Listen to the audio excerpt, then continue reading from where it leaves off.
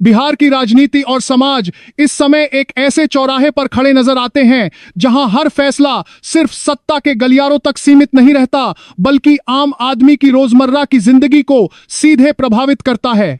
एक बार फिर बिहार ने ऐसा निर्णय लिया है जिसने बीते 9 वर्षों की बहस, भावनाओं और अनुभवों को एक साथ सामने ला खड़ा किया है। जिस शराबबंदी को कभी सामाजिक क्रांति, नैतिक राजनीति और महिला सम्मान की मिसाल बताया गया था, वही नीति अब एक नए प्रयोग के लिए रास्ता छोड़ चुकी है।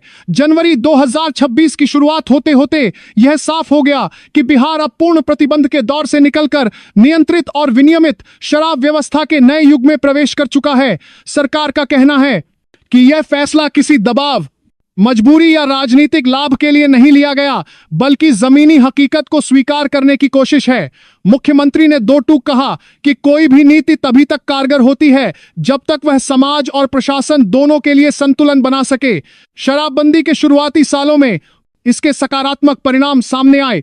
गांवों और कस्बों में घरेलू कलह में कमी आई, महिलाओं की आवाज मजबूत हुई और शराब की खुली बिक्री पर विराम लगा। महिलाओं ने इसे अपने सम्मान और सुरक्षा की जीत बताया। लेकिन जैसे जैसे साल बीतते गए, इस नीति के साये में पलती समस्याएं भी गहरी होती चली गईं। अवैध शराब का कारोबार धीरे धीरे संगठित अपराध का रूप लेने लगा। पड़ोसी राज्यों से तस्करी आम बात हो गई। नकली और जहरीली शराब के कारण कई जिलों में ऐसी त्रासदियां हुईं जिन्होंने पूरे राज्य को झकझोर कर रख दिया। हर हादसे के बाद प्रशासन सख्ती की बात करता रहा, लेकिन जमीनी हालात ज्यादा नहीं बदले। पुलिस और अदालतों पर बोझ बढ़ता गया, जेलें भरती गईं और सरकार को हर साल हजारों करोड़ के राजस्व नुकसान का सामना करना पड़ा। यही वह बिंदु था जहां सरकार को आत्मा मंथन के लिए मजबूर होना पड़ा।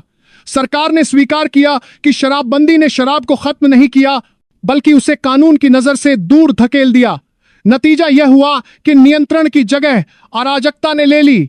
इसी निष्कर्ष के साथ सरकार ने नीति में बदलाव का फैसला किया। नई शराब नीति के तहत अब शराब की बिक्री पूरी तरह सरकारी निगरानी में होगी। केवल लाइसेंस प्राप्त दुकानों के माध्यम से ही शराब उपलब्ध कराई जाएगी। पहले चरण में बड़े शहरों और शहरी क्षेत्रों में सीमित संख्या में दुकानें खोली गईं ताकि व्यवस्था को धीरे धीरे लागू किया जा सके। जैसे ही कानूनी दुकानों के खुलने की खबर फैली, लोगों के बीच मिली जुली प्रतिक्रिया देखने को मिली। कहीं लंबी कतारें दिखीं तो कहीं विरोध के स्वर सुनाई दिए। कुछ लोगों ने कहा कि अब नकली शराब के डर से राहत मिलेगी और जानलेवा घटनाओं पर रोक लगेगी। वहीं कुछ का मानना है कि शराब की वापसी से समाज में फिर वही पुरानी समस्याएं लौट सकती हैं। सरकार ने साफ किया है कि यह कोई छूट नहीं, बल्कि सख्त नियमों के साथ लागू की गई व्यवस्था है। नई नीति में नियमों को पहले से ज्यादा कठोर बनाया गया है।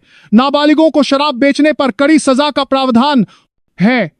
नशे में गाड़ी चलाने वालों के लिए जीरो टॉलरेंस नीति अपनाई गई है। दुकानों का समय तय है और सार्वजनिक स्थानों पर शराब पीने पर सख्त कार्रवाई होगी। हर दुकान पर सीसीटीवी कैमरे, डिजिटल बिलिंग और नियमित निरीक्षण अनिवार्य किया गया है। सरकार का दावा है कि तकनीक और सख्ती के जरिए शराब सेवन को अनुशासन के दायरे में रखा जाएगा। इसके साथ ही सरकार ने यह भी कहा है कि नशा मुक्ति उसकी प्राथमिकता बनी रहेगी। राज्य भर में नशा मुक्ति केंद्रों का विस्तार किया जा रहा है। शराब की लत से जूझ रहे लोगों के लिए मुफ्त इलाज, काउंसलिंग और पुनर्वास की व्यवस्था की गई है। स्कूलों और कॉलेजों में जागरूकता अभियान चलाए जा रहे हैं ताकि युवा पीढ़ी को शराब के दुष्परिणामों के बारे में समय रहते बताया जा सके। सरकार मानती है कि केवल बिक्री को नियंत्रित करना ही नहीं, बल्कि समाज को जागरूक करना भी उतना ही जरूरी है। आर्थिक मोर्चे पर सरकार को इस फैसले से बड़ी उम्मीदें हैं। अनुमान है कि पहले ही साल में सैकड़ों करोड़ रुपए का अतिरिक्त राजस्व राज्य को मिलेगा। इस धन का उपयोग शिक्षा, स्वास्थ्य, रोजगार, सड़क और सामाजिक कल्याण की योजनाओं में करने का दावा किया गया है। होटल और रेस्टोरेंट को बार लाइसेंस मिलने से पर्यटन उद्योग को बढ़ावा मिलने की संभावना जताई जा रही है। निवेशकों के बीच भी यह संदेश गया है कि बिहार अब व्यावहारिक और संतुलित नीतियों की ओर बढ़ रहा है। हालांकि इस फैसले पर सियासत भी गर्म है। विपक्ष इसे सरकार का सबसे बड़ा यू टर्न बता रहा है और सवाल उठा रहा है कि जो नीति कभी नैतिकता और आदर्श की मिसाल थी, वह अचानक बोझ कैसे बन गई। महिला संगठनों और सामाजिक कार्यकर्ताओं ने भी चिंता जताई है कि शराब की वापसी से घरेलू हिंसा और सामाजिक असंतुलन बढ़ सकता है। सरकार ने भरोसा दिलाया है कि महिलाओं की सुरक्षा से कोई समझौता नहीं किया जाएगा और किसी भी शिकायत पर त्वरित कार्रवाई होगी। आज बिहार का समाज साफ तौर पर दो हिस्सों में बंटा दिख रहा है। एक वर्ग इसे यथार्थवादी और विकासोन्मुखी कदम मान रहा है, तो दूसरा वर्ग इसके संभावित सामाजिक दुष्परिणामों को लेकर आशंकित है। शुरुआती संकेत बताते हैं कि अवैध शराब पर कुछ हद तक नियंत्रण हुआ है और जहरीली शराब की घटनाओं में कमी आई है, लेकिन असली परीक्षा अभी बाकी है।